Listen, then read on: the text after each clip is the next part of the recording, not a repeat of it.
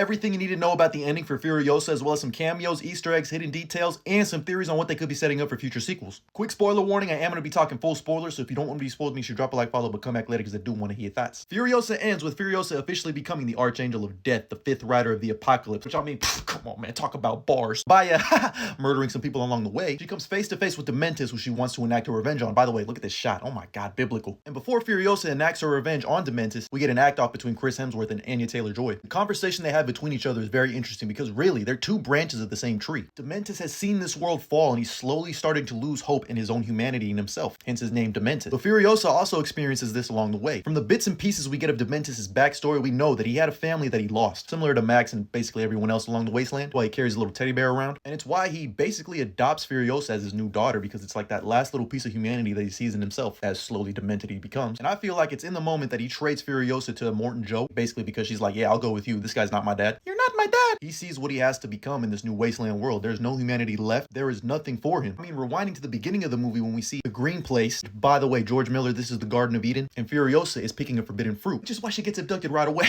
I gotta say, I really like this as a contemporary piece to 3,000 Years of Longing, because they both have interesting perspectives on mythology, and I really love that. Also, more people need to watch this and like it. But Dementis also loses hope of the green place. You heard is like the Shangri-La form, and that's what makes the scene of him saying hope, there is no hope, hit so much harder because he's gone, he's lost it, demented. Whereas Furiosa has always had that hope instilled in her. She's always had that seed of abundance in her, physically and metaphorically. So her choosing not to kill Dementis, but to plant the seed of abundance in him, forcing him to be a beacon of hope, is just fucking mental. That shit's metal as fuck. And she planted it where most men have their real brain too, which is kind of crazy. But it also makes this scene in Fury Road hit so much harder. But Furiosa becomes just like Max, a road warrior, a savior of this wasteland. Which, by the way, speaking of Max, we get a cameo of Max. I know I wasn't the only one in my theater that was like, hey, that's him. And I think we can assume that he's the one that brought Furiosa back to the Citadel. And it would make sense he didn't recognize her in Fury Road because she had long hair and she was a lot younger. We also get the return of a Morton Joe and his two sons, Rictus and Scrotus, great names. Morton Joe is actually played by Hugh Keys-Byrne, who actually played Toe Cutter in the original Mad Max film from 1979. If you don't know, now you know. We also get a nice little wink and nod to Nux from Fury Road, as there's an end credit teaser of his bobblehead. Now, if that means he survived the crash from Fury Road, I don't know. As for sequel or prequel theories, we already know that George Miller said that he has a plan for a Max prequel movie before Fury Road. It basically takes place like a year before this. So we'll probably end up getting this. Hopefully people actually go watch this movie in theaters. The crazy thing is George Miller has had these ideas in his brain since the 80s. But one thing's for sure, there's still a whole lot more to tell. Remember it. I want them back.